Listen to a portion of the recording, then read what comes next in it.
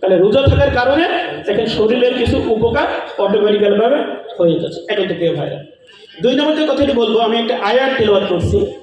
দেখুন, আমরা রমজান মাস হওয়ার কারণে আমাদের অনেক কিছু সামর্থ্য থাকা সত্ত্বেও আমরা সীমা লঙ্ঘন করে কোনো কাজ করি না বা করার চেষ্টাও করি না।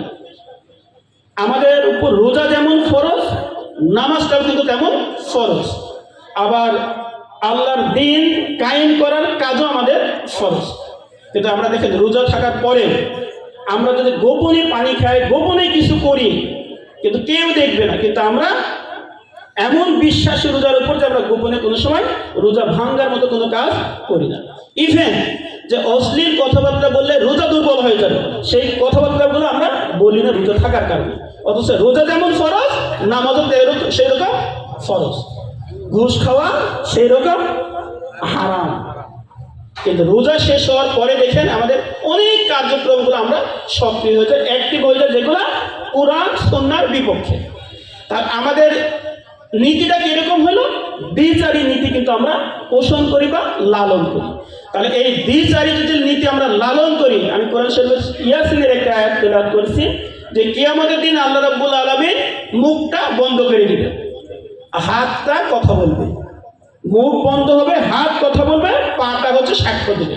এখন চিন্তা করুন, আমার মুখ যদি বন্ধ হয়ে যায়, আমার সিগনেচারের কারণে কত অন্যায় কাজ আমি করছি, আমার এই হাত দিয়ে কত মানুষকে অন্যায়ভাবে আঘাত করেছি, এই হাত যদি বলে দেওয়া শুরু করে, সেই দিন কি মানে অস্বীকার করে কোনো সুযোগ থাকবে? কোনো সুযোগ থাকবে। আবার পাশে সাক্ষ্য দেওয়ার জন্য পাও বলে দিবে যে হ্যাঁ ওই জায়গাতে আমি গিয়েছিলাম।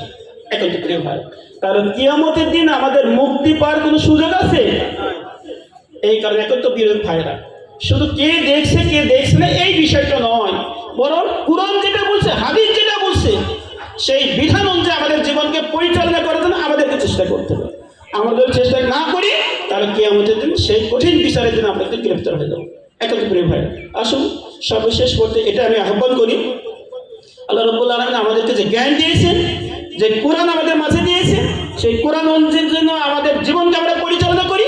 পাশাপাশি আমাদের পারিপার্শ্বিক যে সমস্ত ভাই বোনেরা আছে, তাদেরকে যেন কোরআনের কথা আমরা নিয়ে আসতে পারি, এই আশাবাদ এবং আহ্বান রেখে আমি আমার কথা এখানে শেষ করছি। ওয়া মা আলাইনা ইল্লাল বালাগ। আসসালাম।